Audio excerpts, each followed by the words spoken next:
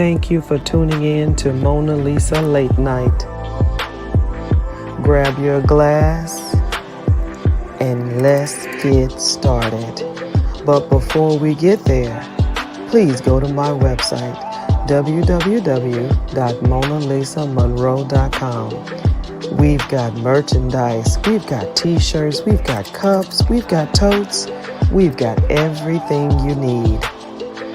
We've even got my book, Life After the Diagnosis. So, let's go ahead, grab your glass, bottoms up. Let's start talking. Good evening, good evening, good evening. Welcome to Evenings with Monalisa, honey. Grab your glass because we got a lot to talk about, just like I was telling you this morning.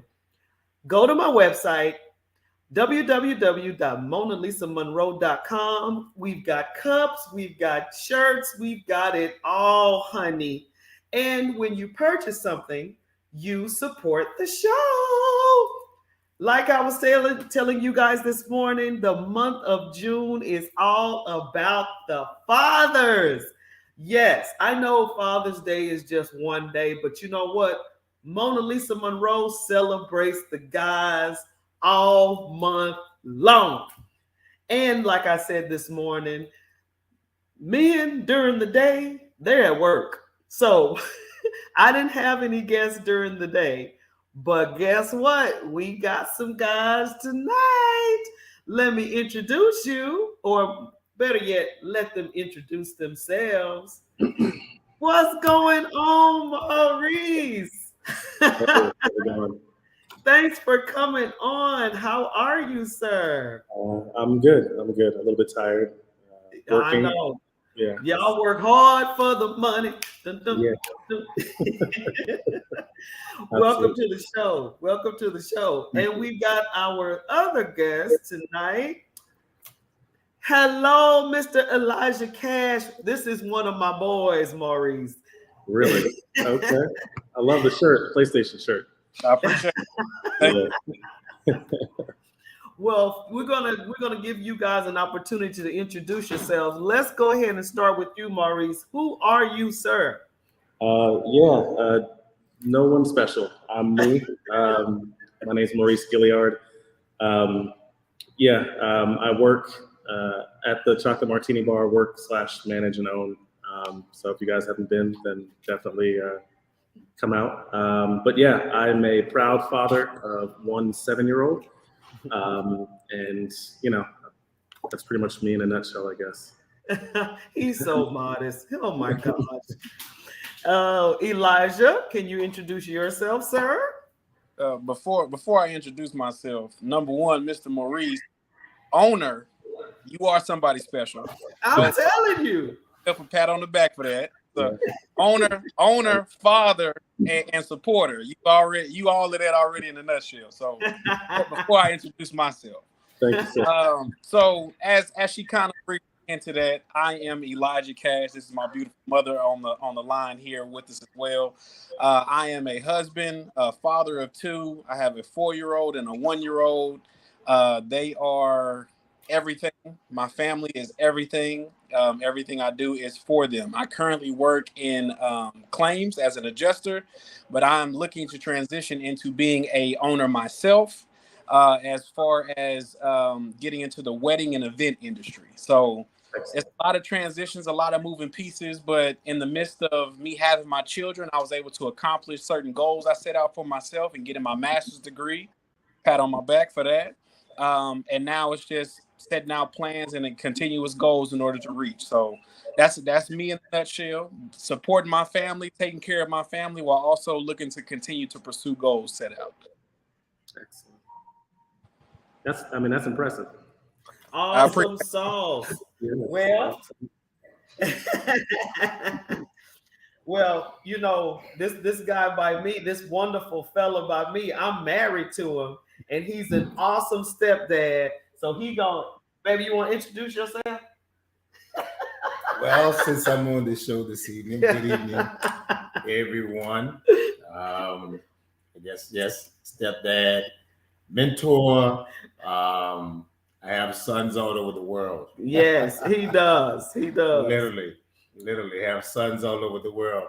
You know, if they were to say about a man having a lot of kids, I got a lot of sons. I got godsons. You know, I began ministering and mentoring to young men over 30 years ago, and in my mentoring, just in the very way that I spelt mentor, mentor is spelled mentor, but I spelled it for my program MEN-TOUR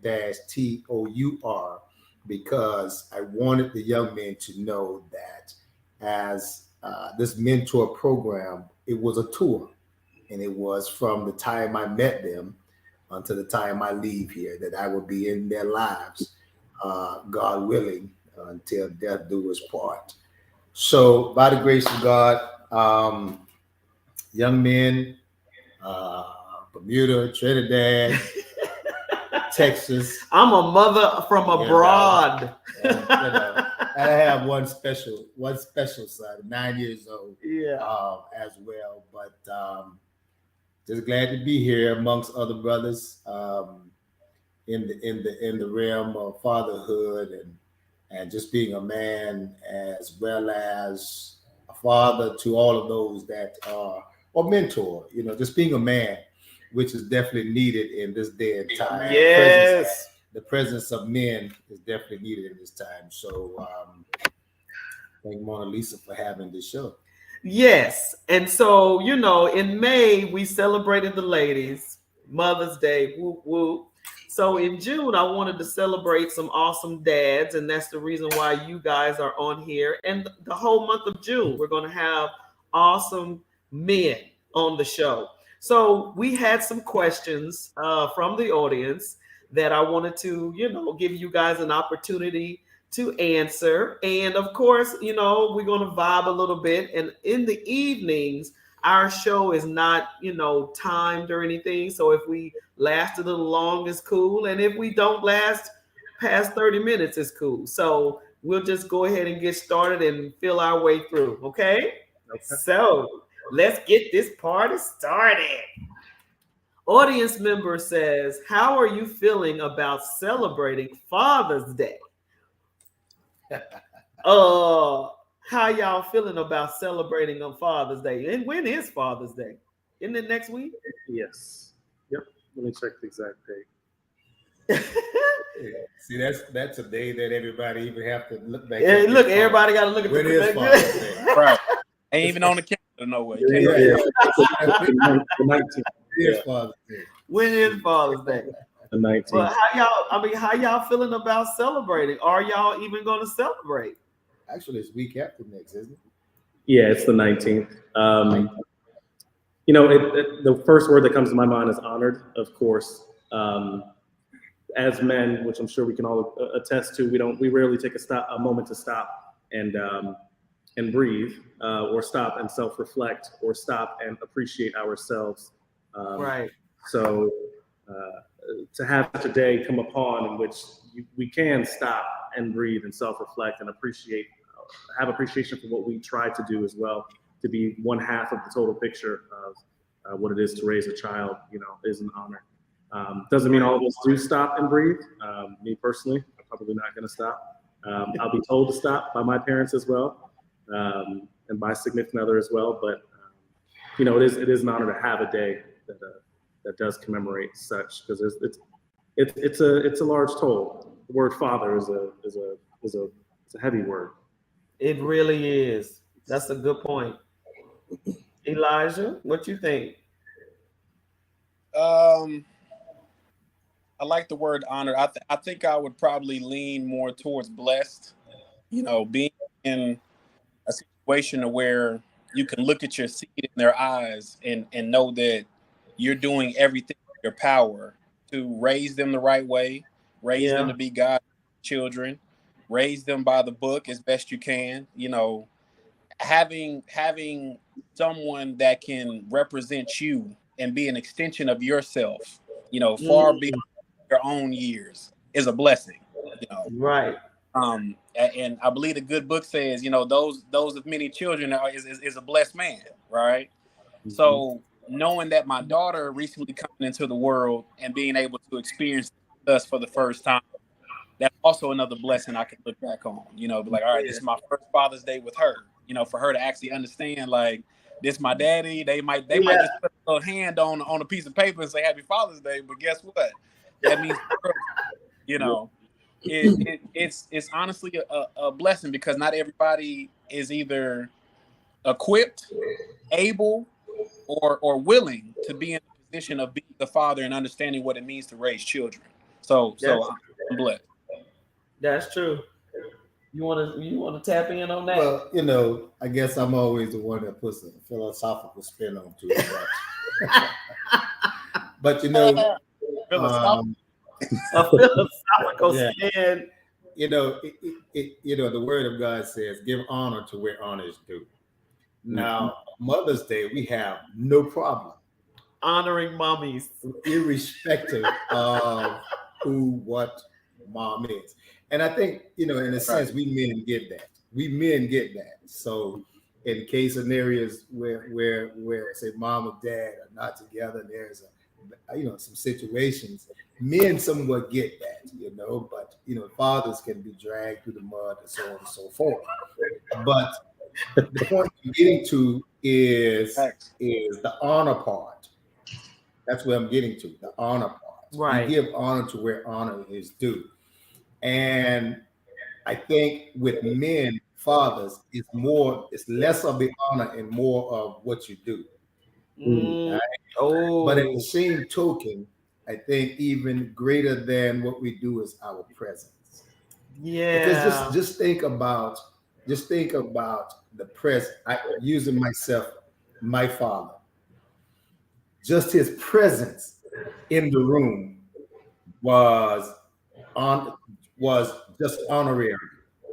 His presence in the room didn't have to say anything, didn't have to do anything. Just his presence in the room made a difference. How many times did my mother tell me to take out the trash? Okay, Gary, take out the trash. Okay, Mom, I'm gonna take it out. I'm gonna go around the corner, play some basketball. I'm gonna go play some baseball. Gary, did you take out the trash? I'm gonna get it. And then now, all the while, I'm cognizant that my father is not in the house. He hadn't got home from work yet. Mm-hmm. But I can hear the door shut. I can sense his presence in the home. And my mom was like, Gary, take the trash out. Very true. Step in fetching mode just now. Yes, yeah. Yes, ma'am. Yes, but just the fact of his presence, that's how honorable we are as men, as fathers, that our presence is so prominent and powerful that we have to make sure that we are present on all platforms of life, of children, in our communities, on our jobs. Our presence is so relevant that first question that God had to Adam was, where are you? Yeah, where are you? I miss your presence. Mm-hmm. And so we just have to be mindful as men that we can work hard. We're supposed to work hard. We're supposed to provide. We're supposed to protect. But in all of that, just make sure that at the same token, our presence is felt. Well, it's funny because the audience is asking, is Father's Day even celebrated at your house? We're basically answering that. Yes, it's celebrated, it's honored, but, of course, what advice would you give young fathers in these times raising children? Yeah, let's go back, it being celebrated. And that's interesting because how we are celebrated on Father's Day, it's a cut short. Is determined how we are celebrated throughout the year. Well, okay, wait. Let me say this. I have to admit that fathers do not get the love that mothers get. I mean, the commercials start for mothers Yeah. in April. Right. You know what I'm saying? So let me just be honest on that. Well, that's because you all are emotional, and it's the commercialization of it and the economic. Yeah. It's also, I would say certain industries probably capitalize on that, which causes the man to want to overdo. Yeah. But Mother's Day, well, you don't see Father's Day anything on TV right now. Nothing, but you know what? Let me say this to the business owners. It's y'all's fault too, because y'all own businesses. So y'all can have hold on. You can't say it's our fault. The audience is what we're going to gear to, right? I know if I want to get somebody in the wedding venue, I ain't gonna talk to you, sir. I got to tell it to her. I got to tell it to you. Because at the end of the day, you can say no until you blue in the face. That woman said you're gonna be. I mean, I got a pretty hard sale trying to sell chocolate dipped strawberries to a man. You know. Exactly. This not man tonight, you know. Yeah. You walk into CVS or Walgreens and they got a roll full of roses and Happy Father's Day. You'll come back Monday. Card section. Go look in the card section at any corner store and watch how the Father's Day section is big. Yeah. They still got Relations 2022 cards and Father's Day cards right there. Yeah, basically. But okay, so let me say this. What was the best gift you guys got for Father's Day? Ever. Well, I ain't had that many. Hold on. Yeah. That's true. I think for my son, for Father's Day, for me, it was always a personalized thing at his age. So typically a drawing or a drawing inside of a card or something, a collection of something, or he would wake up and bring me breakfast in bed with his little stovetop. Oh. Yeah, stuff like that. That's the sentimental thoughts of it. Yeah, at his age, of course. That's so sweet. Very nice. Elijah put EJ to work. No.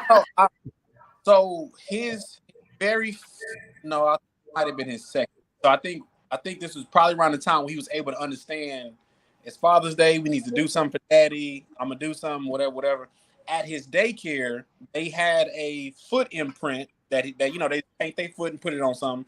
But they had the Walk With Me Daddy poem by Helen Bush, I think is who is by, and I loved it. It was right. And every I can't recite the whole poem for you right now because I don't know it off my head, but that was enough for me in the moment. Yeah. Well, see, that's another thing. Men don't require a lot either. Yeah. It's just the simplest of things. Yeah. I got one of those footprints as well for my son, but I do recall one thing that I did for my dad, which is when I came of age. This was after I joined the military, so probably at least 21 years old. I had my first deployment and came back at that point. But after experiencing a deployed lifestyle and going into the military and then coming home, this was probably the first Father's Day that I actually gave real commemoration to my father. So I got a plaque. I made a plaque that you hang on the wall, and it had a metal piece on the inside, and it was engraved with a picture of my dad and I after I graduated basic training. And it was a scripture that I don't recall the entirety of the scripture, but it basically stated, raise a child in the way that he should go. Right. And he'll never depart from the that was engraved on it. But that was the moment that it clicked in my mind. I wasn't even a father. I was just a young man still new to the military, but it clicked in my mind at that point, the importance of how I was raised over the last 21 years to that point. So, I think Father's Day is something that also becomes more understood, especially if we're talking boys to their father or young men to their fathers. Boys to young men who become more mature men really understand the meaning of Father's Day. And then that's when that one-on-one time with your father, when you guys are of age or when you're of age, really sets in. It really clicks what was done over the times, or what it really meant to provide for me as a son, or be a defender for me as a son, and the discipline toward me as a son. So, yeah. You know what? I'm glad you brought up your father, because you have a father too. So Elijah, can you remember the best gift you gave your dad? A Cowboys jersey. Man, that's the best you could do. That's the ultimate. Cowboys. That's the ultimate Cowboys. for his dad. His dad Man. loves Yep, the Cowboys. At least it could have been a Falcons jersey, man. I got him a custom. It had his big dog on the back with his college basketball jersey number as the number on the jersey. Oh wow! That's nice. He, Honey, Yeah. he rarely cries. He cried when he got it. So oh wow! that'll a tell big you. one. That's a big one. That's Right. a big one. He's Honey, very what about simple. Don't same way. Yeah. I mean, I can't remember. It's been so long. You can't remember? I mean, it's been a long time, but wow, man. But what was the best gift you received then? That's a good one. It's just the simplest of things, man. It could be "I love you." It could just You know, be, I'm thinking he gonna remember what I gave him, right? It could be "I love you." What did you give me? Oh my gosh! Oh my gosh! Well, see, that just go to show you. Yeah, we got. But next question. Yeah. Let's skip that. Good grief! I can't even remember, man. What tie? What the blue tie, or the red tie, or the green tie? You know what? Ties and underwear is Yeah. But for me though, I like dressing. I wear a lot of ties, so ties are appropriate for me. Give me a tie. But what was it? Babe, we went and did this escapade for your father's. Yeah. We on the air. Yeah. Okay, we have another question on the floor. Are you anything like your father in raising your children? Everything. Yes, because you have to look at it as foundational. Now, foundational can be good or bad, depending on everyone's walks of life, of course. So you could have a bad foundation that was represented to you, and you're a better father, or you could have a good foundation and you're emulating that toward your children as well. So, but for my particular upbringing, yes, foundational, certainly. Now, foundational and also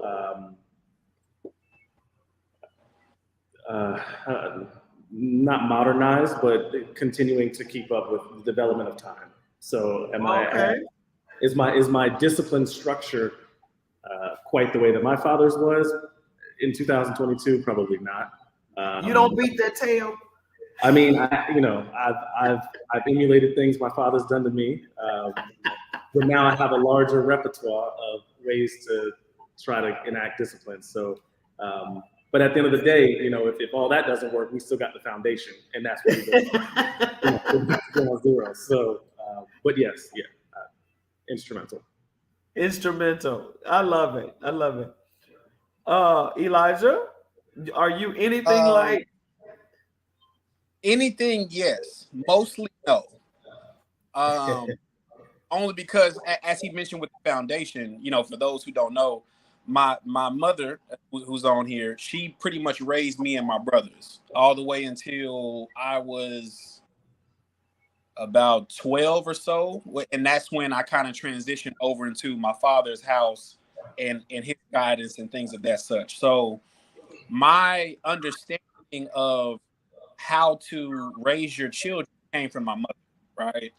And not under necessarily the normal circumstances, as she had 4 boys, and a lot of the times it seems as if she was raising us by herself, by herself. So there were moments where it was extremely cut and dry, right? You gonna do it, or you getting whooped. Like it was, or you need to have it clean, and that's that. Yeah, you need to have it. That's that. I'm very cut and dry like that as well with my children for the most part. But the things that I do take away from my dad I think it kind of came in at the right time because me being a preteen and a teenager under him, I was able to get that how to be a man and those kind of cookie cutter quotes, but they kind of stick with you a little bit. Like my dad would always say, if you fail to prepare, to be prepared to fail, right? And you'd be like, man, what are you talking about? But as you get older, you'd be like, okay, wait a minute, that kind of sticks a little bit, you know, Right. and always stay ready. Have to get ready, you know, stay ready so you don't have to get ready. You be like, Daddy, what are you talking? At 10, it don't make sense.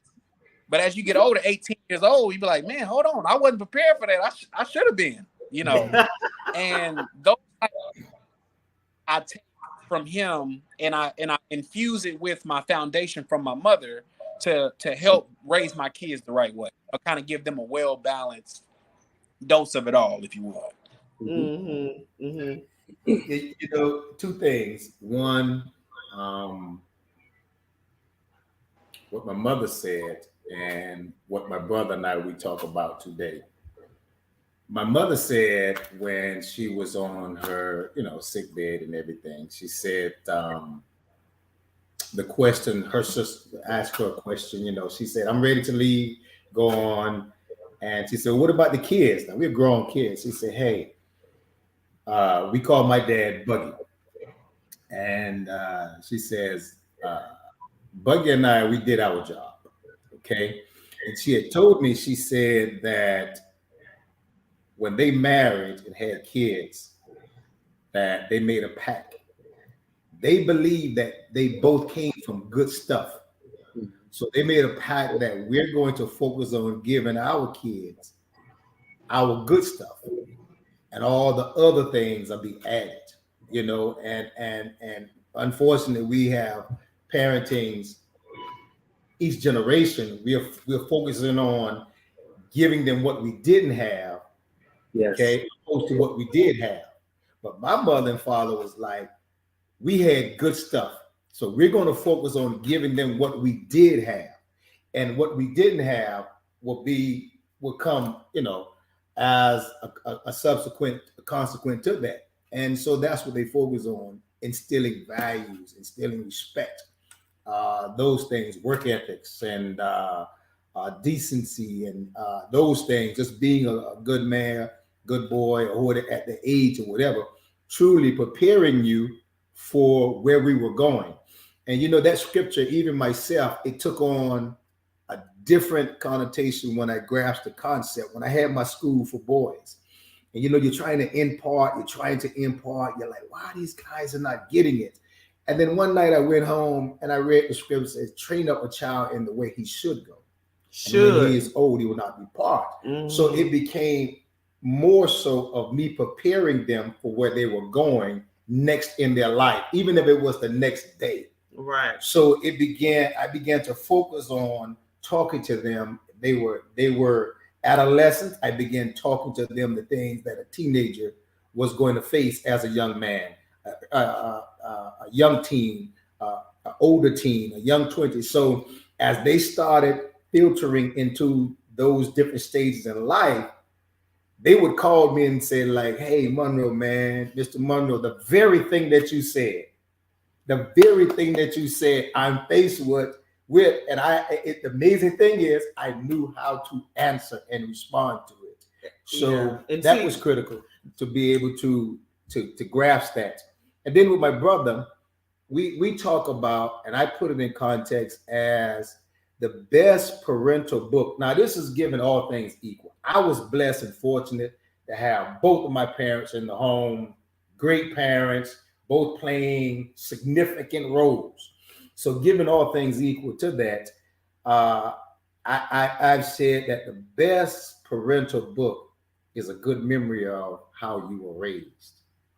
Just remember how you were raised. That's the only blueprint you got. Just looking at, and again, this is given all things being equal in that sense, because I've also learned in mentoring young men that a lot of young men didn't have that father in the home, so they didn't have that to fall back on or to look to. Mm-hmm. So, but my brother and I, we say this right here: look how we turned out. Right. And I was going to say, as a woman, raising boys, you just can't be a man. So I tell women all the time that I'm the father and the mother. No, you're not. No, you're Can't not. be. You can't be. It's some things that that boy is going to need, and he's going to need it from his father, Mhm. and that's just it. And so, when, like Elijah was saying, when he turned 12, I basically gave him to his father so he can be raised, because from 0 to about 8, the nurturing part is done, from a woman. And so that's the thing about raising children on your own as a woman. And if you're raising a boy, get real. It's you can't be both parents. You can't be a man and a woman. I don't care what you say. But let me show you about that, the presence, the presence part of that man. I'm being politically incorrect, You but I'm could just teach some things, but you still physically do not have that presence. Your yeah. touch is different. So Everything is I different. never heard my father say the words "I love you," but when he would come into home, he would hit me in my chest. "What's up, homeboy?" Just his hand, the impact of his hand on my chest. Hey, hit the pat on his back was That's completely different. That was a different touch. That was a different feel. The tonation of his voice, his presence. how you deal with each other. Absolutely. It's It different. teaches you now how to go on the playground and be around other boys. Right. You see what I mean? Right. That they would say back in the day, "Don't come here crying." Now, that's a whole different situation. Okay, so we have a comment. It takes maturity and love for a child, for a mother to do what you did. It also takes having a father willing to allow the mother to send their son to him. Yeah, I mean, it takes maturity, because a lot of women feel like this is my boy, this is my baby. No, he has a father. You And know, so that's actually kind of something to bring up. Even again, father, the word father, the impact of father, the presence of a father, the presence of is important in our day and age as well. Co-parenting, even back in previously, co-parenting is also a big thing. So I'm actually just personally newly entering that realm, but it doesn't take away from my position as my son's father by any means, nor do I that's right. neglect or neglect the thought of, excuse me. So, but you're correct, it has to be the equal allowance between, it's co-parenting, not to just define it all the way down, but it's co-parenting, which is important. And even when that happens, effectively the father and the mother can still raise the child in the way that they should go. Yes. So. Yes. And both, and then this is where the maturity comes in, because it's not about you, it's not about me, it's about the child. And I'm not just saying that because Elijah is a product of me and his father saying it's not about you and it's not about me. I did my part, now it's time to do your part. Now, the extreme, a lot of people can't, just offer their son up to the father to raise for the rest of, their adolescent years. But the visitation or the time that the father has in the son's life or in the daughter's life is crucial. It's important, and it takes maturity. That's just the bottom line. It takes maturity. So that brings me to my next question here. What advice would you give young fathers in these times raising children? Because, I was a single parent for 12 years, and I would have conversations with women, and it wasn't favorable, because I'd be like, you need to let that child spend some time with their fathers. What? Yeah. And so a lot of times it's hard for brothers to get that, that extra from the courts or from the mother or whatever the case may be. But how difficult is it to raise children as a man, whether you're single or married or whatever, in these times? Yeah. It's you know, and I didn't raise children back in before 2000 or anything like that, so I can only speak of raising my son for the last 7 years. But from what I've seen and what I see now of the world to be how I grew up as well, the advice that I would give would like Mr. Gary said, to be present, remain present, have a presence. There's so many more things that are able to reach out and influence now. That's right. Reach out and influence, and it's direct. You know, when I was growing up, it wasn't really that direct. It was, you know, we had televisions in the house, but that was about the only thing that would reach out and influence. Right. Compared to where we're at now, between cell phones is the number one thing, laptops and advertising everywhere. Everything can reach out and influence a decision like that for a child nowadays. That's right. And in fact, a lot of young adults and children are navigating life currently through these spheres of influence more than they're listening to their parents now. So I mean, it was important to be present before. It remains important to be present today. It remains important to be openly communicative about topics that may have been a bit taboo or walked around before, but you might want to, and this is my personal opinion, you may want to kind of not beat it to the punch, but you may want to kind of understand and see signs in your child to be able to discuss before they start receiving their influence elsewhere. Ooh, that's a good point. That's really good. That's really good, because we're battling with media, games. Oh my goodness. When we were growing up, you go out and play and you don't come back till the sun come down. Yeah. Well, not just media and games, real life. You know, real life. When I was coming up, the toxic community was in a specific area. So your parents said, I bet not catch you around there. Right. And so even the community, if you were caught over there, there was only one reason why you were there. What were you doing over there? What were you doing on this corner or here? Right. But the reality, as Mari stated now, is you cannot say don't go there, because there is no there. It's everywhere. It's right here. There is literally right here. It's right here. Right.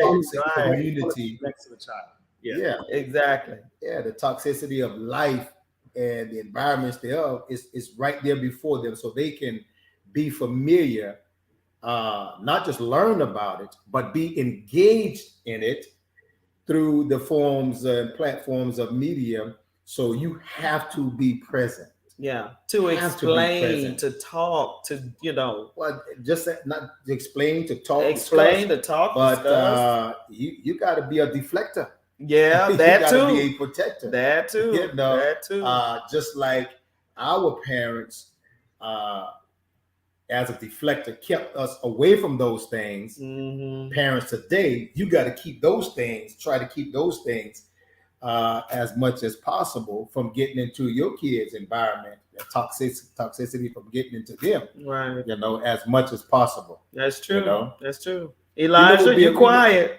Before you get to Elijah, a good question is what is a good time frame to allow your child to have a cell phone, and then with the cell phone, Instagram, Facebook. Oh, wait a minute. Yeah. Hold that thought. Put a pin right there. Mari's kind of smile. Mari, I know. We go. Yeah. Elijah, go ahead and jump in. So I've been kind of taking everything in. So my personal matter. Let me back up to the first question. It is scary times, right? It's I've always, when I was younger, I always to be children for as long as they can be children, right? Yeah, that innocent. Without the influence of that being so readily accessible, like how you mentioned, you have it at your fingertips. If you go into classrooms and middle schools and high schools, they have iPads, laptops, all this other stuff readily available for any kid. They find ways, because it's how children's brains work. They find ways to maneuver around the loopholes and access the things that they shouldn't be accessing, right? Woo! And to have your children keep that innocence for as long as possible, right? Have your children remain to be children. My recommendation and how I believe I'm going to approach the situation is I stay true to my foundation and not just scrap it and try to adjust to everything that's going on now, right? Mm. I actually talk with a lot of younger fathers because all of my friends that have children were all around the same age, you know? And it always pops up in the conversation. Well, I have to, you know, adjust to this community. I got to do this. I got to do that. I got to do this. But I'm more so on the idea that you need to stay anchored to your true core beliefs, your Right. values, find to be true in your household, and then you make your adjustments from there. Whatever you feel needs to be tweaked, talked about, X, Y, and Z. Yeah, So that's a good point. that would be my recommendation for the fathers raising their children in today's time. Yeah. Now, as far as the cell phone goes, that's another. I didn't have my first cell phone until I was 16 years old. I was in high school, right? Yeah. I have a younger sister who had a cell phone when she was leaving elementary school. Mm-hmm. Mm-hmm. Because of security, because of I got cracks in it. I need to make sure that you're safe at all times. We now see in the news incidents in Uvalde, Texas, where these children are being targeted in elementary schools for no apparent reason, right? Yeah. You would want your child to be able to get a hold of you in a situation like that. Yeah. So you have to be able to take all of these instances in the world that we live in now and take that into effect when you have to decide whether to give them a phone, right? For security purposes, I don't mind my child probably having a phone around middle school, right? And I say middle school because when elementary rolls around, everybody gonna know me. They gonna see me. I'm there pick up. I'm there drop off. You don't have no after school care. It's me and you. Like, you know what I'm saying? I know everybody in the school. They're gonna know, right? So if anything pops off, 5 different people in there got my number. You know, so you're good. But now when you start talking about middle school, that's when the extracurricular activities, that's when band, that's when the clubs, that's when the friends and you potentially, hey, I want to stay tonight with this dude, whatever. Oh. Those things kind of pop off, right? So in those type of situations, I think that would be a little bit more appropriate versus giving a woman in elementary school. Yeah. I have to totally agree with that because yeah, I totally agree with you on that. I think for security nowadays, I would give my child a phone. I really, really would, because if you listen to those tapes from that mass shooting, those little kids were calling 911. They were the ones saying there's a shooter, whatever. So I just think that we're not dealing with the same old elementary type children. You know, these children know how to work a phone better than grown people nowadays. So, and they should. I would definitely. It occurred. Oh, your parents. Exactly. They were calling their parents. They was calling the police. So I'm totally for that. I'm totally for that. I would think because it's one thing that I've applied to my life. I've been on a number of platforms, and people have always asked, what is one thing that has contributed to success in life for you? And we all know that there's not one thing. But getting back with my father, grandfather, uncles, to my adult life right now, I've always sat at the feet of an older gentleman. Okay, as the Word of God puts it, there's safety in the counsel, in the volume of wise counsel.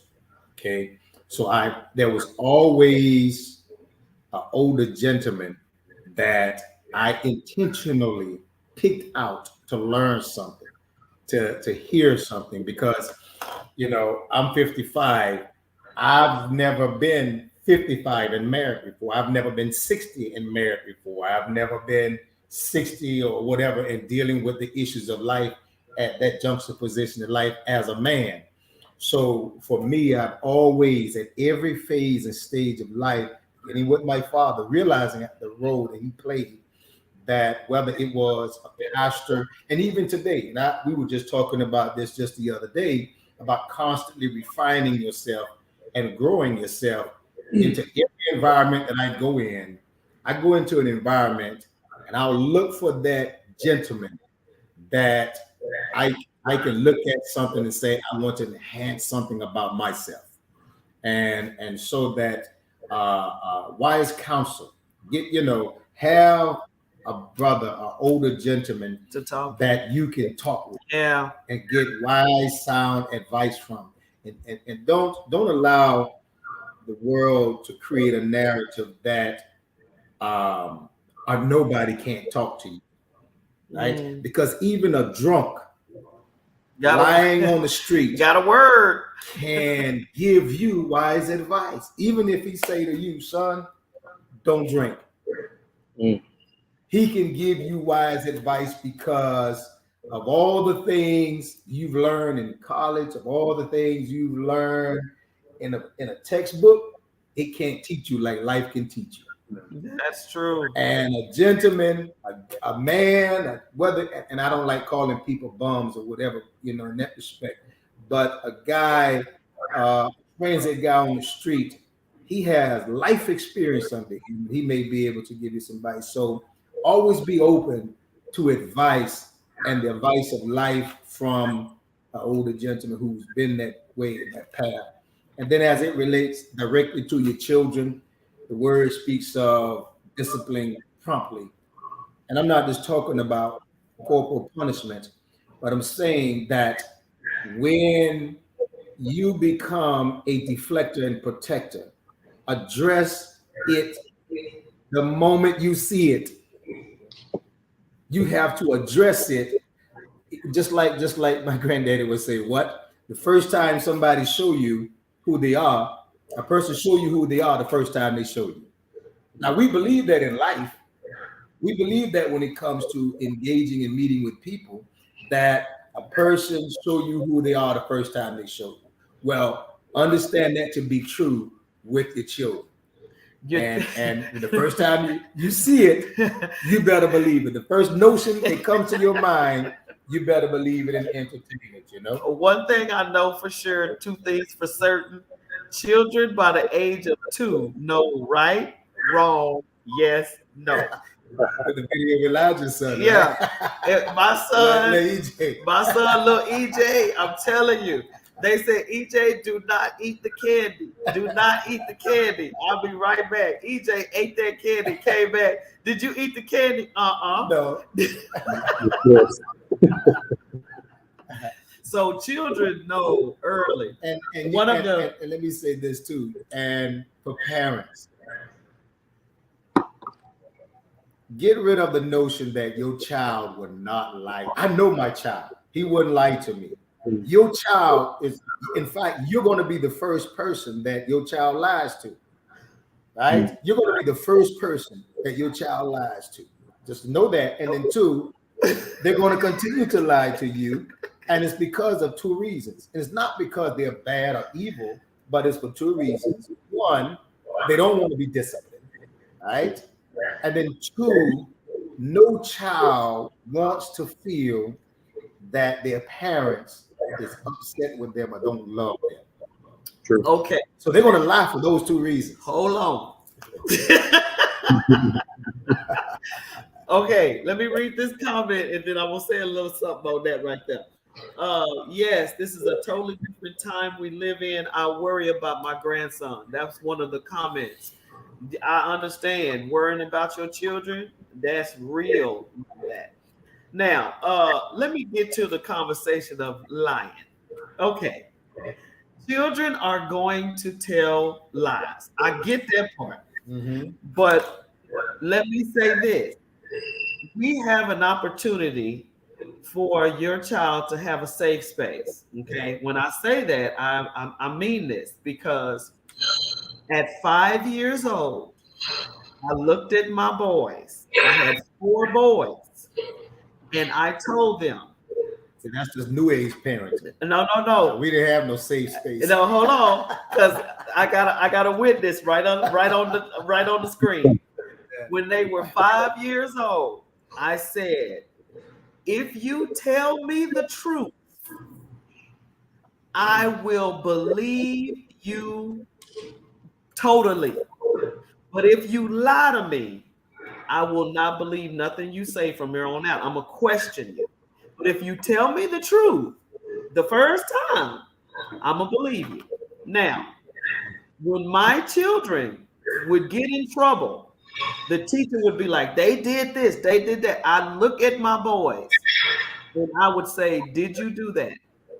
And they would say, yes. And I would punish them, but it wouldn't be as crucial if they would have sat there and lied, because they knew they had safe space. Now, Elijah, am I lying? No, you are not. And I plan on implementing that same for my children. And it happened when they were 5, not younger, not older, when they were 5, because at the age of 5, not only do they know the difference, they can act on it. So that's the reason why I said I will always believe you first if you tell me the truth. And it was all through high school. They could tell me now, they would tell me, and it would buckle me, but at least they told me the truth. So that's what I have to say about that.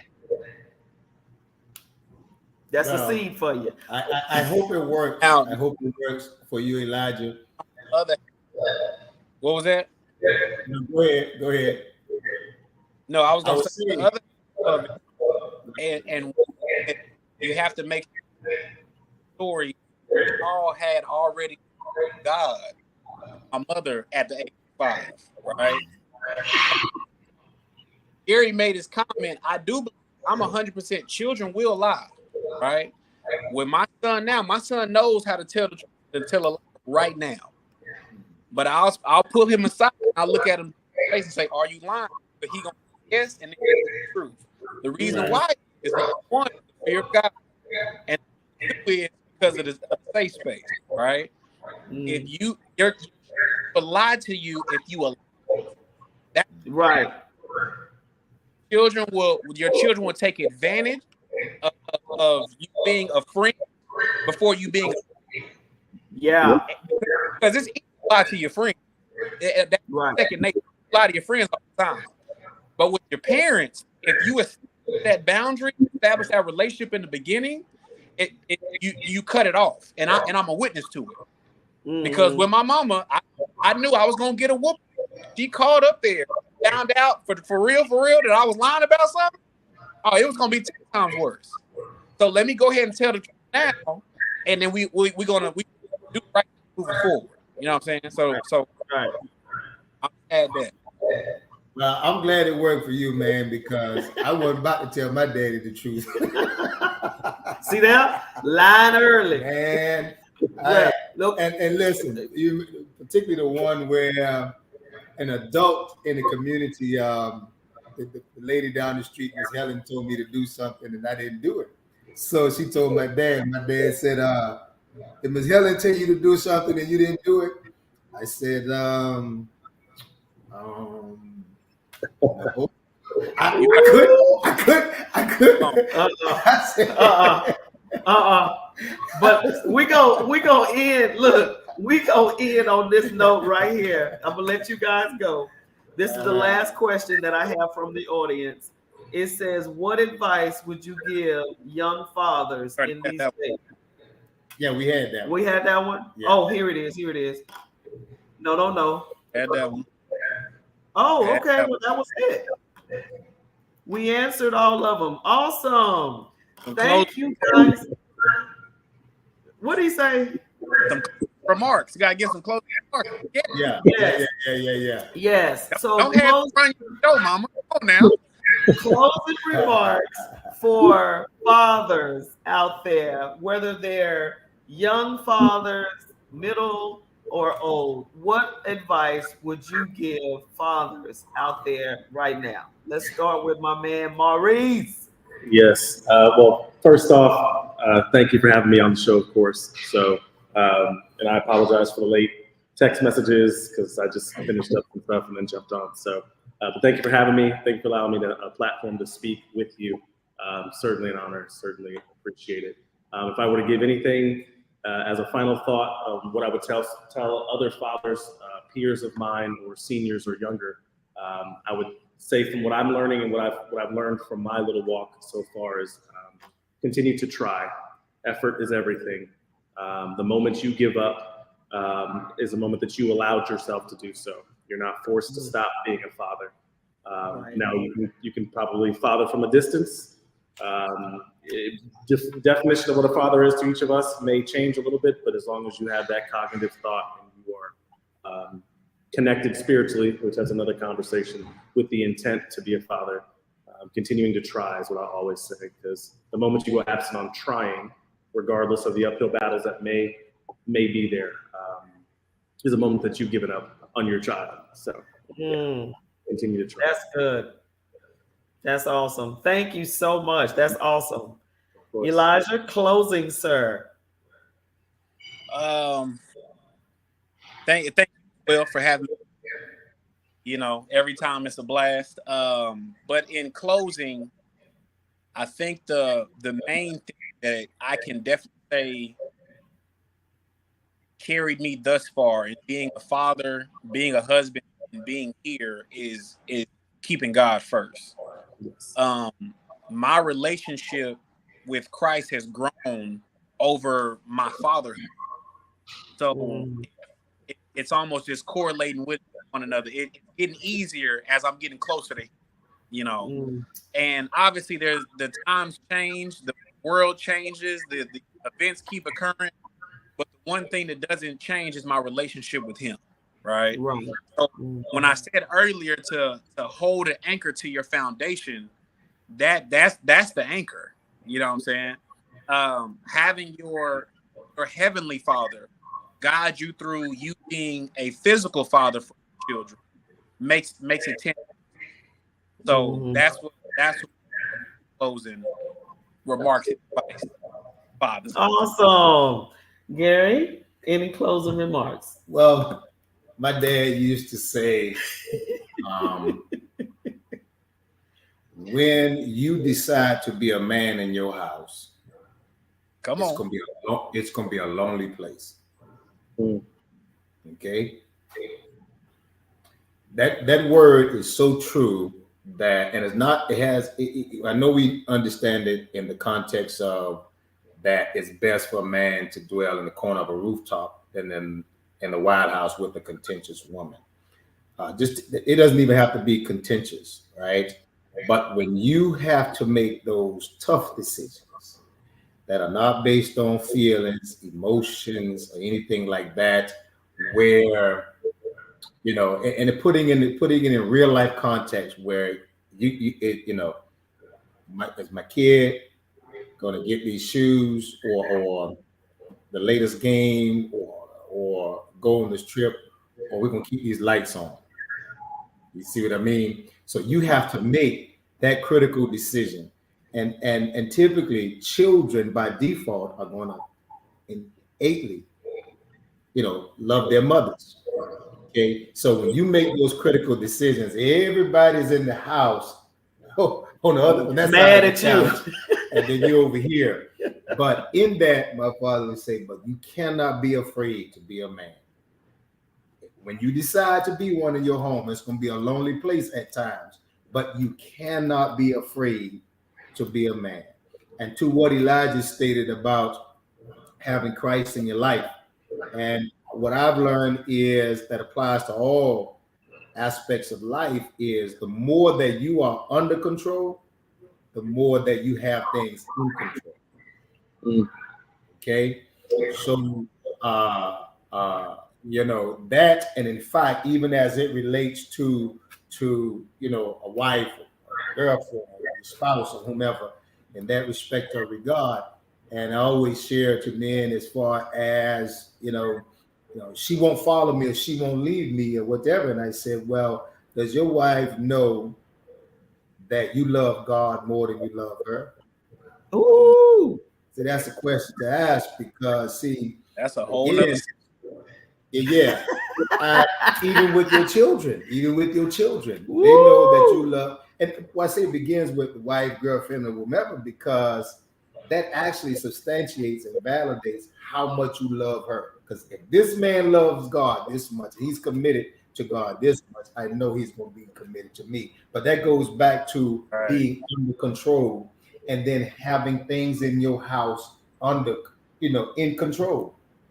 You can walk into a man's home, or you can just walk into a man's presence, Mm. okay, and just look around him and see how much under control he is, based on how much stillness is around his life.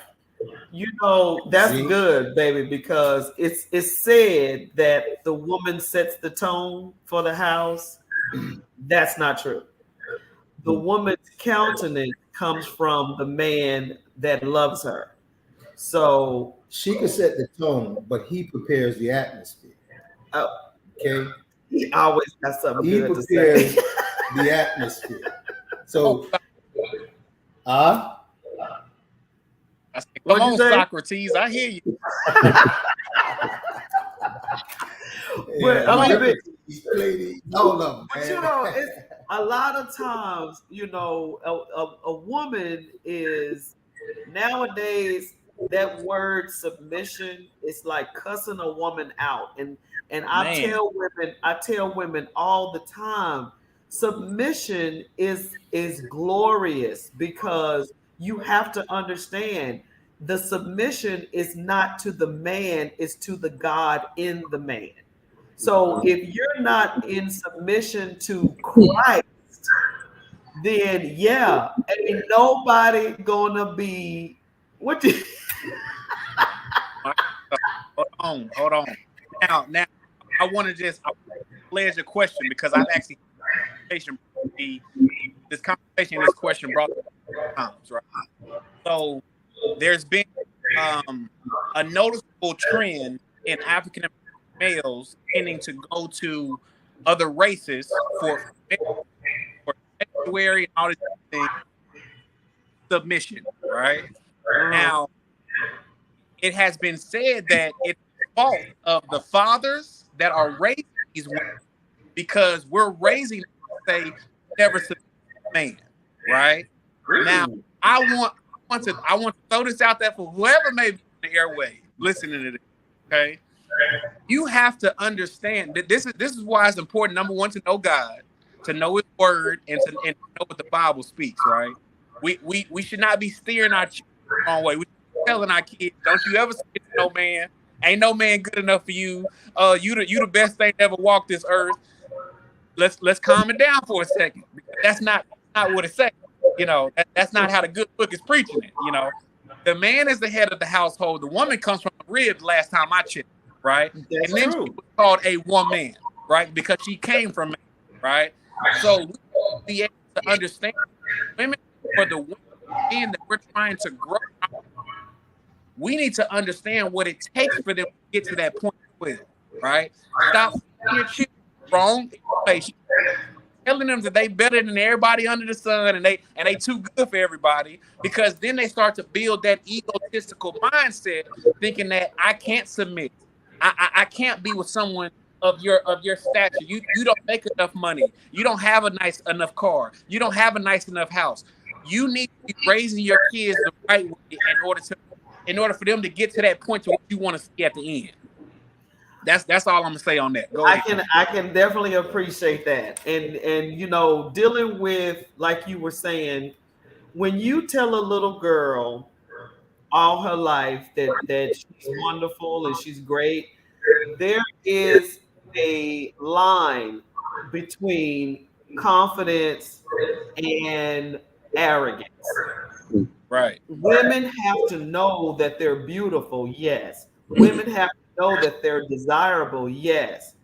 But you also have to know that there is a line of order that God has set up. And the man is not just to be there for your pleasure, he's to cover you and he is to honor you. And all at the same time, You have to be honorable. You have to be Right. respectable. You have to be lovable. How is a man supposed to treat you like a queen if you walking around here like you are in between? You have to know your role within yourself. Right. So on that note, I'm gonna have to, I gotta depart because I'm not trying to mess up my female-oriented audience as well. Yeah. I'm gonna be caught on all this conversation right now. So, but thank you guys so much. Yeah, I got to get back to cleaning up. All It was right. nice meeting Thank you. you. Thank you for tuning in to me. Thank you, Please Maurice. have me again. I'll talk to you guys soon. Take care.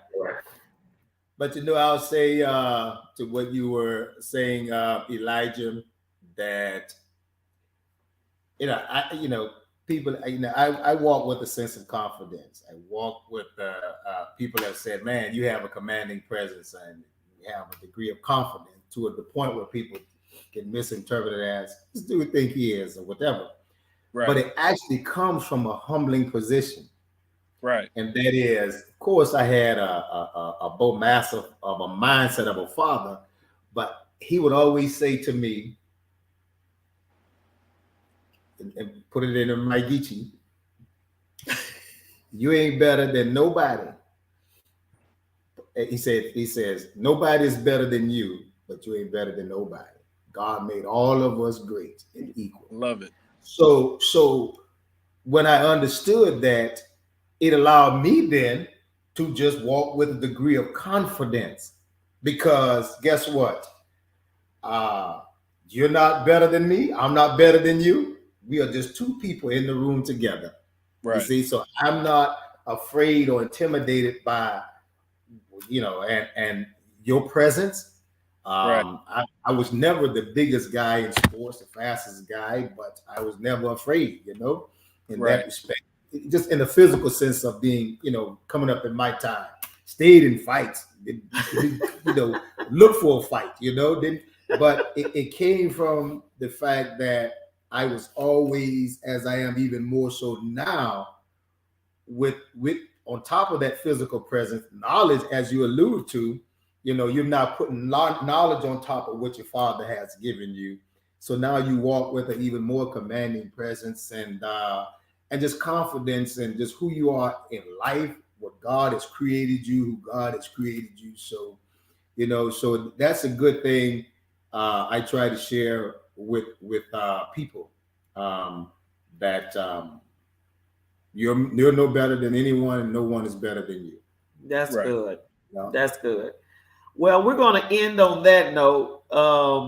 Thank you again for the questions, Elijah. Every time Elijah come on the show, he's thought provoking, which I appreciate. Yeah, that's pretty cool. Maurice was like, I can't mess with my women, folk that come to the restaurant. Yeah, But yeah. Gotta know what's up out here. We gotta help them out. You can't be running around here talking about you don't need one because hey, it is what it is. All right. So thank you. Tell Vanessa and the babies, hey, mwah, mwah, love you. Is she there? She might be downstairs asleep. Oh, okay. All right. Well, thank you again for coming on. Mwah, love you. Love y'all. All Y'all right, take it easy. bye-bye. All right, take it later, man. Wow, what a show.